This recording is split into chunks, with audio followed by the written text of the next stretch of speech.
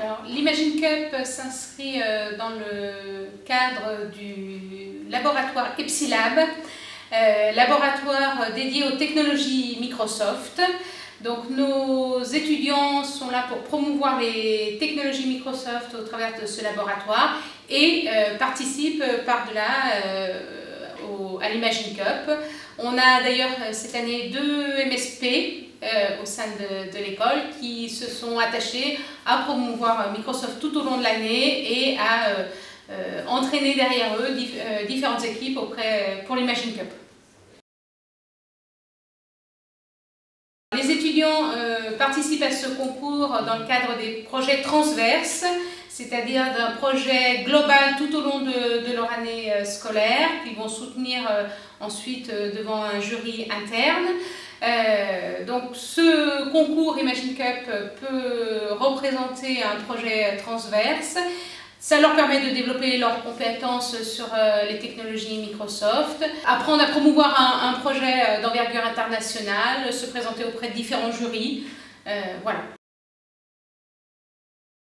Bonjour, je m'appelle Lionel Bourra et voici Alexandre Massaf. Nous sommes tous deux étudiants à l'IPSI Lyon et cette année nous participons à l'Imagine Cup en catégorie Game Design PC. Alors nous avons tous les deux initié le projet. Se sont joints à nous Charles Potier pour la partie intelligence artificielle et Antoine Gouy qui gère le collectif artistique pour la partie graphique. Robots have taken over. They occupy the entire continent. They exploit all Earth's resources, and nobody can stand against their army of mechanical pit bulls. Beyond the snowy mountains of the northwest, which form an impassable natural barrier, my people are hiding and trying to protect the rest of the Earth's fauna and flora, while these polluters continue to destroy all they can. Us Echoes are inventing steam weapons and recruiting soldiers for a future war. Balance will be restored.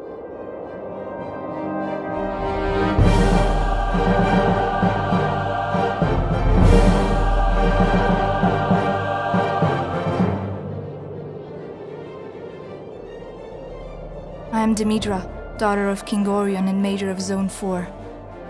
We need you to gather all Echoes in the capital. I am now in a little village above the Gletch of Destiny, which has been completely isolated from the world because of the destruction of its only bridge. We need you to rebuild the bridge. Without it, our only way of communication with the outside world will be lost. Gather all the necessary supplies, but be careful. We're ecologists. Do not destroy nature in vain, or my father will hear about it. You still there? Off you go now.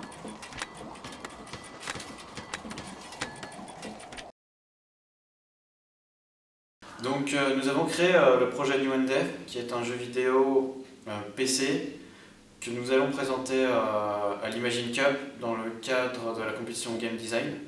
Et nous le présentons aussi dans notre école, dans le cadre de nos études, en tant que projet transverse sur l'année. Alors initialement nous sommes des grands passionnés de jeux vidéo. Nous sommes étudiants en développement, donc nous avons déjà développé des jeux vidéo. Nous avons voulu nous initier à une nouvelle technologie, le XNA. Ça concordait avec les contraintes techniques du projet de l'année scolaire. C'est pourquoi nous avons décidé de participer à un concours qui est à l'Imagine Cup, qui plus est.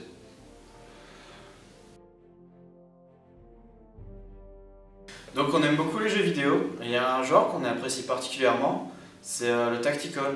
Par contre on avait trouvé qu'il avait des limites, notamment dans le tour par tour, qui faisait que parfois il était moins ennuyeux. On s'est dit qu'on allait essayer de créer un jeu vidéo utilisant les bases de tactical, mais en supprimant les limites d'attente qui pouvaient être assez frustrantes pour le joueur. Donc comment j'ai imaginé cet univers? Au départ j'étais partie de l'idée d'avoir 3 factions. Donc l'une étant régie par un dictateur. Mais on aurait vu en fait la dictature du point de vue des gentils, parce que ça aurait été les héros, les écologistes, qui auraient eu une dictature de non-pollution justement, pour pouvoir faire régner l'ordre et respecter la faune et la flore terrestre. Et l'autre plan, donc avec les robots, aurait été une démocratie, en sachant que les 3/4 de leur population étaient donc des robots qui étaient au service des humains. Et une anarchie, donc des écologistes qui qui se seraient plus ou moins rebellés par rapport à cette dictature et qui seraient partis monter des camps dans les zones désertiques.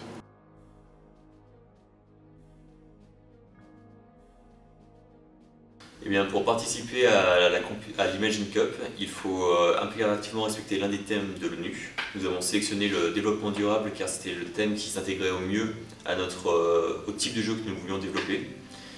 Mais nous avons également sélectionné la parité en jouant sur l'importance des personnages suivant leur sexe. Nous n'avons été ni misogynes ni féministes.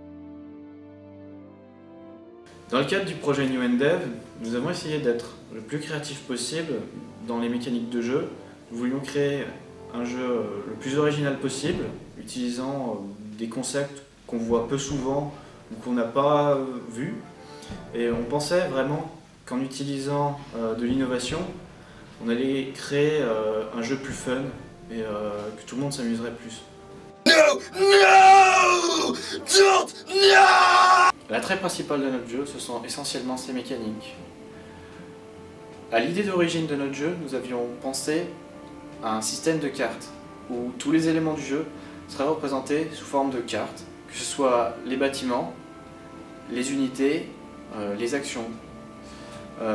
Notre jeu reprend donc cet élément d'idée de base et mélange le genre STR, jeu de stratégie en temps réel, et Tactical, qui sont essentiellement des jeux de réflexion au tour par tour, en ajoutant l'élément de carte. C'est un peu comme si on mélangeait StarCraft, Advance Wars et Magic.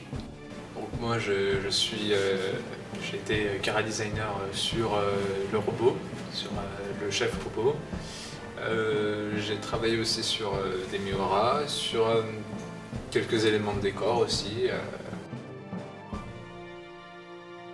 Mais c'est le jeu vidéo, enfin, ça permet d'apporter aussi un autre mode de narration à une histoire, à un univers.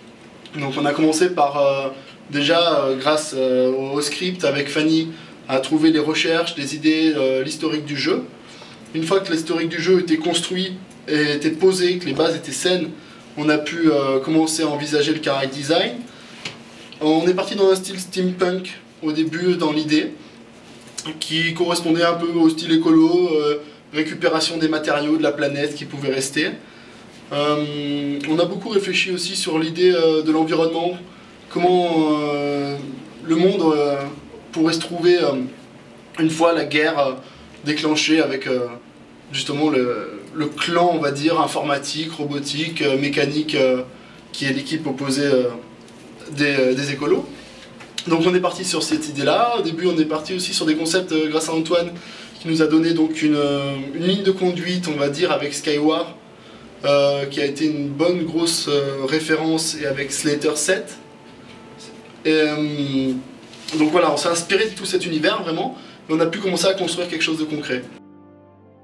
Et sur ce projet, j'ai travaillé sur le S-Commander, un personnage robot qui était plutôt facile à modéliser, ce qui m'a plutôt arrangé car commençant la 3D, j'étais pas encore très à l'aise. Donc j'ai réussi à l'aboutir, à le modéliser. Par la suite, j'ai eu la chance de pouvoir aussi lui faire ses textures.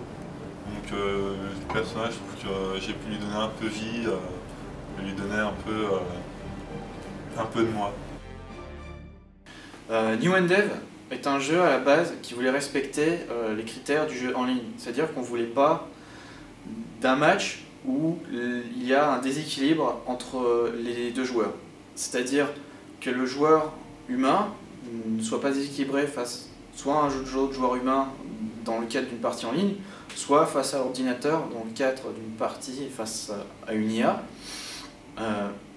Donc tous les éléments ont été pensés de manière à correspondre à un certain équilibrage, qu'il n'y ait pas d'unité dans un camp qui soit plus forte que dans l'autre, ou de bâtiments qui soient plus résistants dans l'autre camp. Un élément important du jeu, les éléments, comme on dit techniquement en microgame, c'est-à-dire qu'au niveau du jeu, on peut avoir une micro-gestion sur les unités, sur les bâtiments, en général sur toutes les cartes posées. C'est-à-dire que le fait d'avoir un CD impose au joueur de revenir sur les cartes qu'il a déjà posées, de réfléchir avant d'en instancier une nouvelle. Il y a une réflexion importante et aussi un management au niveau de tout ce qui a été posé et sur la vision de jeu globale à faire. C'est-à-dire que quand je pose une carte, si je veux récolter des ressources par exemple, je dois revenir sur la carte pour récolter. Ça impose donc d'avoir un certain nombre d'actions à réaliser, d'où l'intérêt au niveau du micromanagement. Par contre, en fin de partie, on aura une vision beaucoup plus globale sur les éléments, avec certaines cartes qui, elles, sont automatiques, qui nous permettront de continuer dans le jeu, et on n'aura donc plus qu'à gérer des éléments globaux sur les cartes d'attaque, les unités ennemies, et laisser la construction qu'on avait eue en début de game pour se concentrer essentiellement sur la gestion des unités qu'on souhaite déplacer ou sur les actions d'attaque ou de défense que l'on souhaite réaliser.